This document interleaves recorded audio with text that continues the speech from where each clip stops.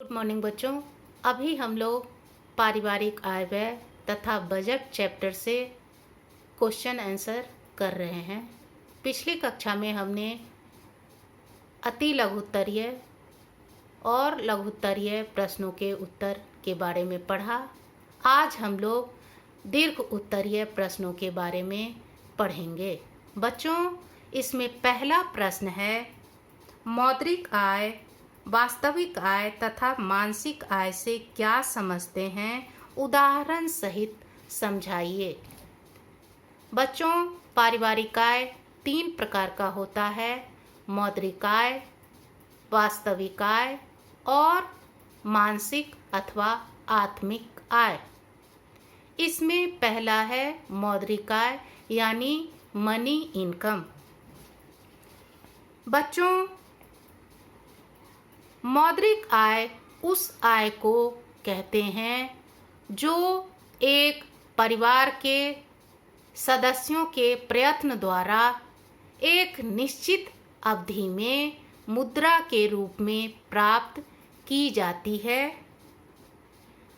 Grass एवं Crandall महोदय के अनुसार मौद्रिक आय की परिभाषा इस प्रकार से दी गई है: मौद्रिक आय से तात्पर्य उस क्रय शक्ति से है जो मुद्रा के रूप में किसी निश्चित अवधि में एक परिवार को प्राप्त होता है। मौद्रिक आय परिवार को वेतन, मजदूरी, बोनस, पेंशन, बैंक में जमा धनराशि पर मिलने वाला ब्याज, लाभ, उपहार, लगान, मकान का किराया, रॉयल्टी इत्यादि के रूप में प्राप्त होता है।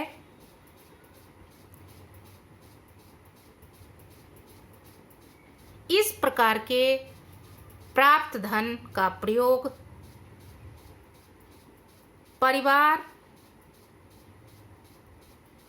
अपने उपयोग की वस्तु खरीदने, सेवाएं लेने तथा बचत के लिए करता है। इस धन को खर्च करके परिवार को संतुष्टि मिलती है। दूसरा है वास्तविक आय यानी रियल इनकम। वास्तविक आय उस सेवाओं तथा सुविधाओं के समूह को कहते हैं जो परिवार के सदस्यों के प्रयत्न द्वारा या मुद्रा खर्च करके प्राप्त की जाती है। ग्रास एवं क्रेंडल महोदय के अनुसार वास्तविक आय की परिभाषा इस प्रकार से दी गई है: वास्तविक आय वस्तुओं और सेवाओं के उस समूह को कहते हैं जो कि एक परिवार को एक निश्चित अवधि में उपयोग के लिए प्राप्त होती है।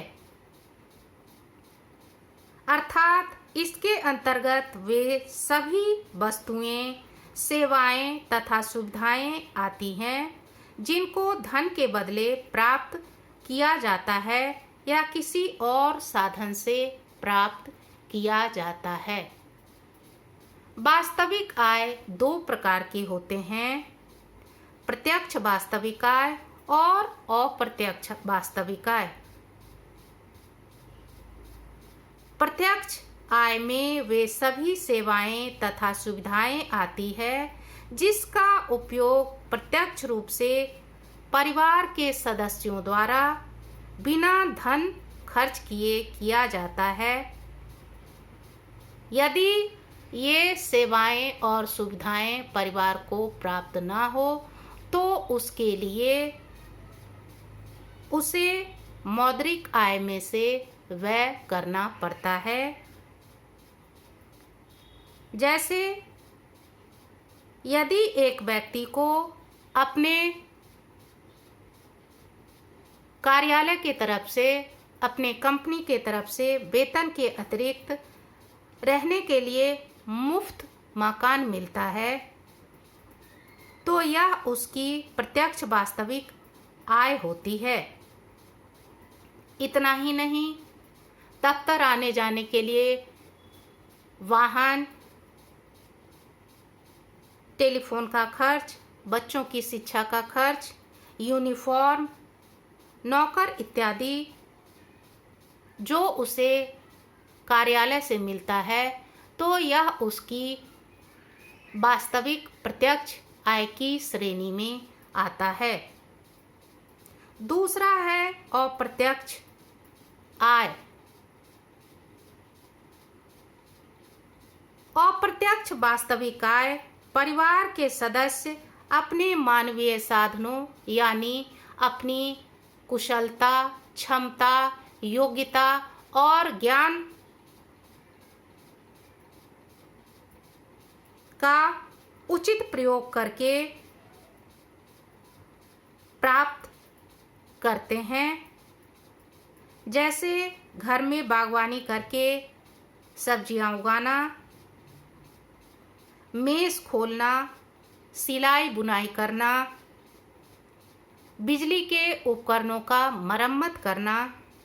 इसके अतिरिक्त सरकार द्वारा प्रदत्त वे सारी सुविधाएं जैसे सरकारी स्कूल, सरकारी अस्पताल, सरकारी पुस्तकालय, पार्क इत्यादि भी अप्रत्यक्ष वास्तविक आय के ही साधन होते हैं, क्योंकि इसको उपयोग करने में या इसका व्यवहार करने के लिए व्यक्ति को अलग से अतिरिक्त कोई धन व्यय नहीं करना पड़ता है।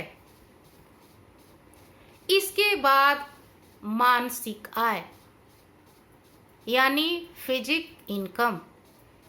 बच्चों, मानसिक आय उस आय को कहते हैं जो व्यक्ति को मौद्रिक आय तथा वास्तविक आय खर्च करने के बाद संतुष्टि के रूप में प्राप्त होता है।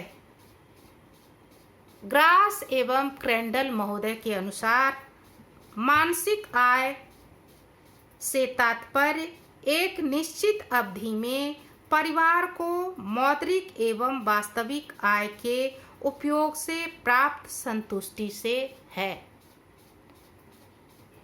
बच्चों,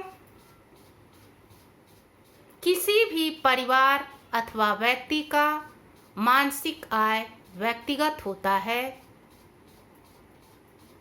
यह एक ही आय वर्ग के दो परिवार के लोगों का अलग अलग हो सकता है, क्योंकि मानसिक आय व्यक्ति के दृष्टिकोण, जीवन मूल्य तथा रहन सहन के तरीके और आय को व्यय करने के तरीके पर निर्भर करता है। दूसरा प्रश्न है,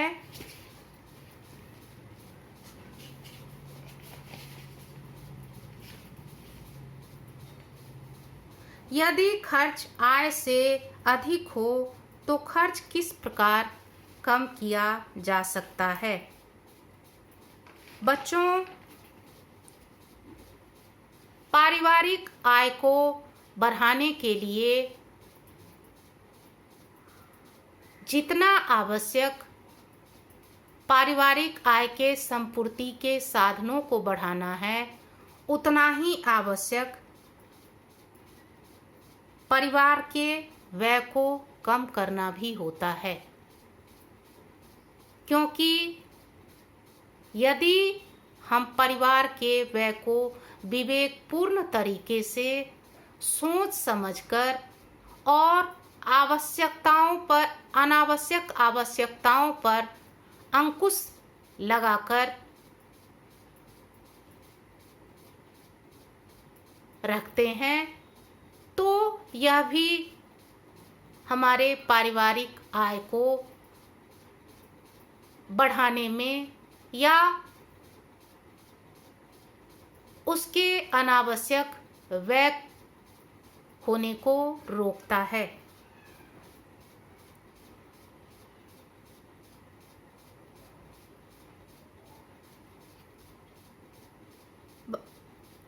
अपने आय को यदि विवेकपूर्ण तरीके से सोच समझकर खर्च करते हैं तो क्या हमारे आय के बचत का भी साधन बनता है। बच्चों, विवेकपूर्ण व्यय का मतलब होता है सबसे पहले परिवार की आवश्यकताओं को पूरा करना, उसके बाद यदि पैसा बचता है तभी परिवार के विलासिता संबंधी अथवा मनोरंजन संबंधी आवश्यकताओं पर खर्च करना होता है। इतना ही नहीं,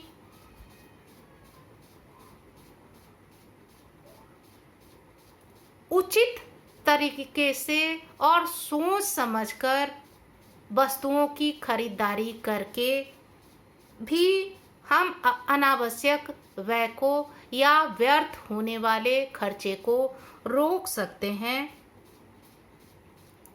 हम जब भी कोई वस्तु खरीदने जाएं तो हमें पहले 3-4 दुकान में घूमना चाहिए और उस वस्तु का दाम पता करना चाहिए।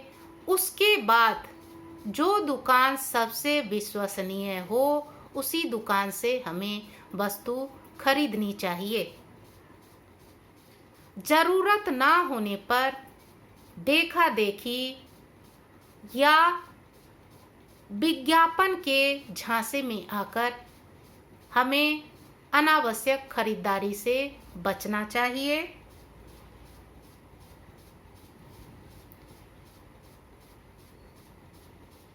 इतना ही नहीं, प्रत्येक परिवार को भरसक यह प्रयास करना चाहिए कि वह अधिक से अधिक सरकार द्वारा प्रदत्त सुख सुविधाओं का उपभोग करे और उस मद में होने वाले खर्च को बचाए।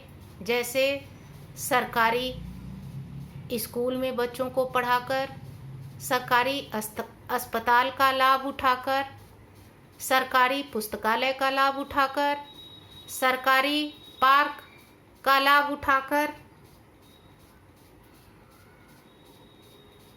इन मद में होने वाले खर्च से बचा जा सकता है। इतना ही नहीं, घर के प्रत्येक सदस्य अपनी योग्यता, क्षमता और गुणों का सदुपयोग करके भी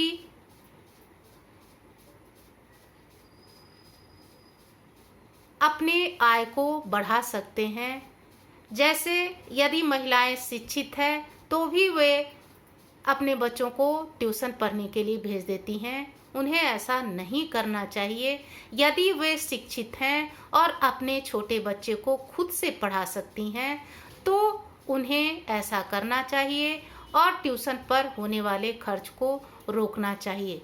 इतना ही नहीं, यदि वे अच्छा सिलाई कढ़ाई कर लेती हैं तो अपने परिवार के सदस्यों के वस्त्रों पर होने वाले सिलाई को के मद में होने वाले खर्च को रोक सकती हैं और अपने इस गुण का वे व्यावसायिक उपयोग भी कर सकती हैं और अपनी आमदनी बढ़ा सकती हैं।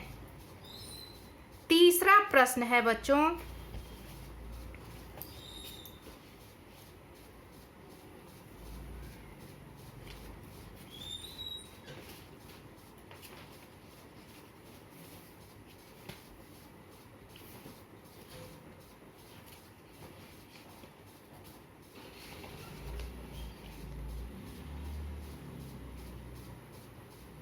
किसी भी परिवार के बजट को प्रभावित करने वाले कारक कौन कौन से हैं?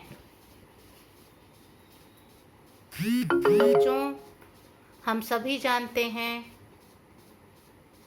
कि यदि हम बजट बनाकर खर्च करते हैं तो यह हमारे परिवार के लिए बहुत ही फायदेमंद होता है, क्योंकि इससे हमें अपनी आमदनी और अपने खर्च का पूर्वानुमान हो जाता है और उसके आधार पर हम अपनी आवश्यकताओं के अनुसार खर्च कर सकते हैं। परंतु बहुत से ऐसे कारण होते हैं जो पारिवारिक बजट पर अपना प्रभाव डालते हैं। उन कारणों में सबसे पहला कारण है परिवार के आय के स्रोत। बच्चों, पारिवारिक बजट पर सबसे अधिक प्रभाव परिवार के आय के स्रोत का पड़ता है। पारिवारिक आय के स्रोत से तात्पर्य उन साधनों से है जो परिवार के आमदनी का जरिया हैं।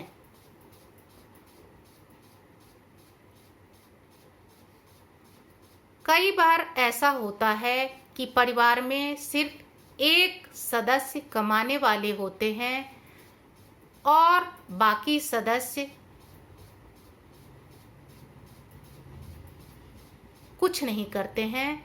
ऐसी स्थिति में उस परिवार का खर्च चलाना बड़ा मुश्किल होता है। ऐसे में प्रत्येक परिवार के सभी सदस्य को चाहिए कि वे अपनी योग्यता के अनुसार, अपनी निपुणता के अनुसार अपने परिवार के आय को बढ़ाने में सहयोग दे। जैसे ट्यूशन पढ़ाकर, सिलाई कढ़ाई करके, बड़ी पापड़ बनाकर, ओवर टाइम करके। यदि सभी सदस्य अपने परिवार के आय को बढ़ाने में कुछ न कुछ सहयोग करेंगे तो यह ना सिर्फ उनके परिवार के लिए अच्छा होगा, बल्कि उनका परिवार भी, उनके परिवार का भविष्य भी आर्थिक रूप से सुरक्षित रहेगा। दूसरा है परिवार की रचना। बच्चों, परिवार की रचना से तात्पर्य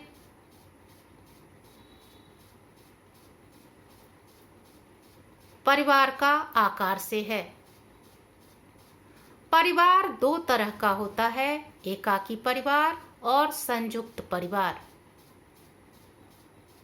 एकाकी परिवार में सिर्फ पति पत्नी और उनके बच्चे होते हैं, जबकि संयुक्त परिवार में एक साथ दादा दादी, माता पिता, चाचा चाची और उन सबके बच्चे होते हैं।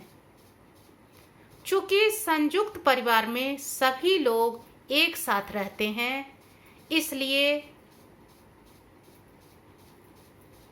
एक ही मकान में, एक ही रसोई में खाना बनता है। लोगों को अलग अलग मकान पर होने वाले खर्च नहीं करने पड़ते हैं या अलग अलग रसोई के मद में होने वाले खर्च नहीं करने पड़ते हैं। जबकि एकाकी परिवार में एक ही व्यक्ति को अपने परिवार के लिए सोचना पड़ता है। तीसरा है बच्चों की संख्या। बच्चों, जिस परिवार में बच्चों की संख्या ज़्यादा होगी वहाँ खर्च ज़्यादा होगा, क्योंकि बच्चों के खान पान, भरण पोषण तथा शिक्षा पर अधिक खर्च करना पड़ता है। इस लिहाज से संयुक्त परिवार में बच्चों की संख्या ज़्यादा होती है और वहाँ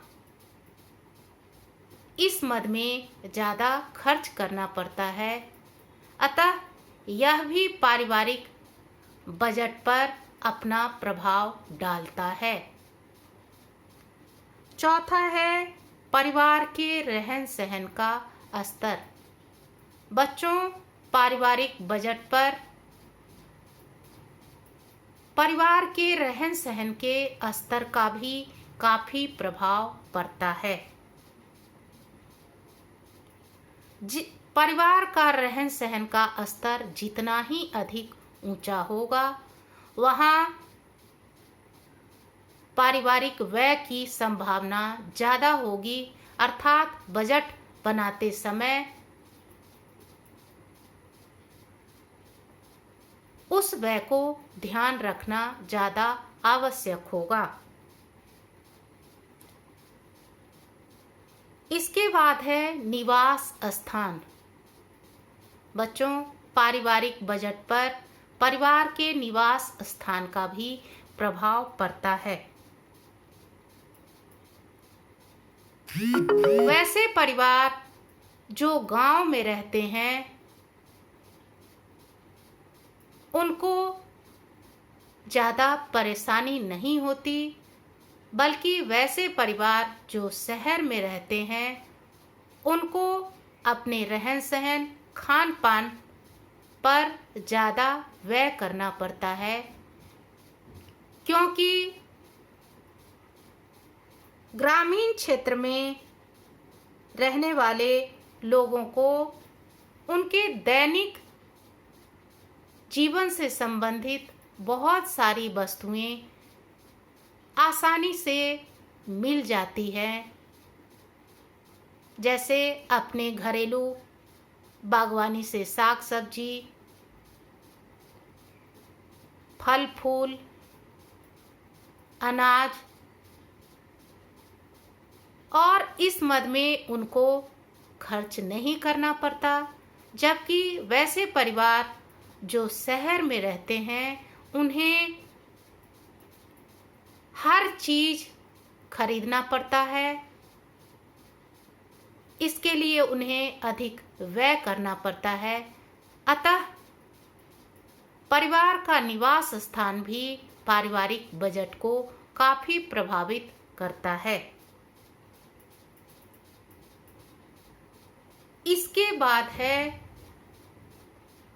उपलब्ध संसाधन।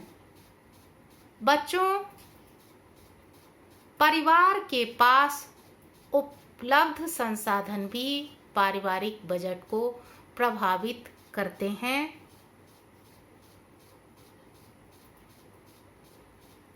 जैसे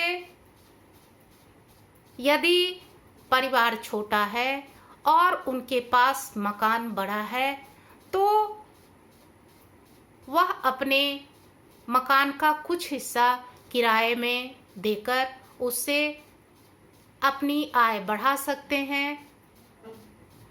इतना ही नहीं, यदि महिलाएं शिक्षित हैं तो वह ना सिर्फ अपने बच्चे को पढ़ाकर बल्कि दूसरे बच्चे को ट्यूशन पढ़ाकर भी अपने आय को बढ़ा सकती है। यदि आपके पास अतिरिक्त वाहन है तो उस वाहन का व्यावसायिक उपयोग करके भी अपने आय को बढ़ाया जा सकता है। इस प्रकार हम देखते हैं कि बहुत से ऐसे संसाधन हैं परिवार के पास जिसका व्यावसायिक उपयोग करके परिवार अपनी आमदनी को बढ़ा सकता है और अपने पारिवारिक बजट को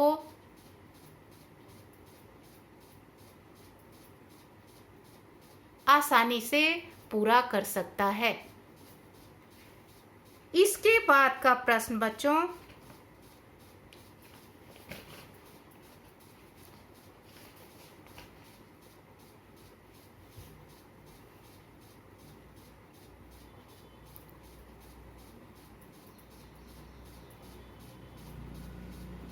पारिवारिक आय की संपूर्ति के 4 साधन लिखें। बच्चों, हम सभी जानते हैं कि वर्तमान समय में महंगाई बहुत तेजी से बढ़ रही है और लोगों की आवश्यकताएं भी समय के अनुसार बदलती जा रही हैं, उनकी आवश्यकताएं भी बढ़ती जा रही हैं, परंतु उनके पास आमदनी का जरिया सीमित है और उस सीमित आमदनी में परिवार के समस्त आवश्यकताओं को पूरा करना बहुत ही मुश्किल होता है।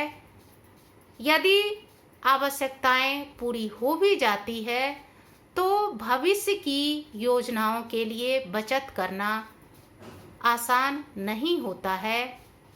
ऐसे में प्रत्येक व्यक्ति अथवा परिवार को अतिरिक्त आय के साधनों को बढ़ाना पड़ता है ताकि वह अपने परिवार के लिए अधिक से अधिक धन की व्यवस्था कर सके, जिससे ना सिर्फ वह अपने परिवार के जीवन स्तर को ऊंचा उठा सके बल्कि अपनी भावी योजनाओं को भी आसानी से पूरा कर सके।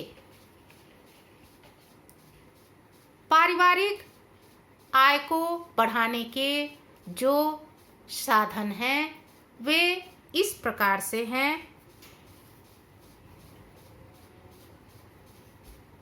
पहला है आय में वृद्धि करना। इसके अंतर्गत हम गृह तथा लघु उद्योग खोलकर अपने पारिवारिक आय को बढ़ा सकते हैं। अंशकालीन या पार्ट टाइम नौकरी अर्थात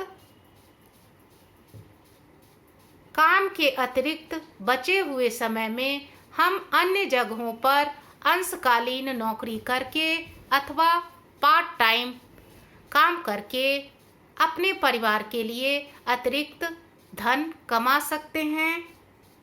तीसरा है ओवर टाइम करके, अर्थात हम जिस दफ्तर में काम करते हैं वहाँ निर्धारित समय के बाद अतिरिक्त समय तक काम करके भी हम अपने पारिवारिक आय के लिए धन कमा सकते हैं।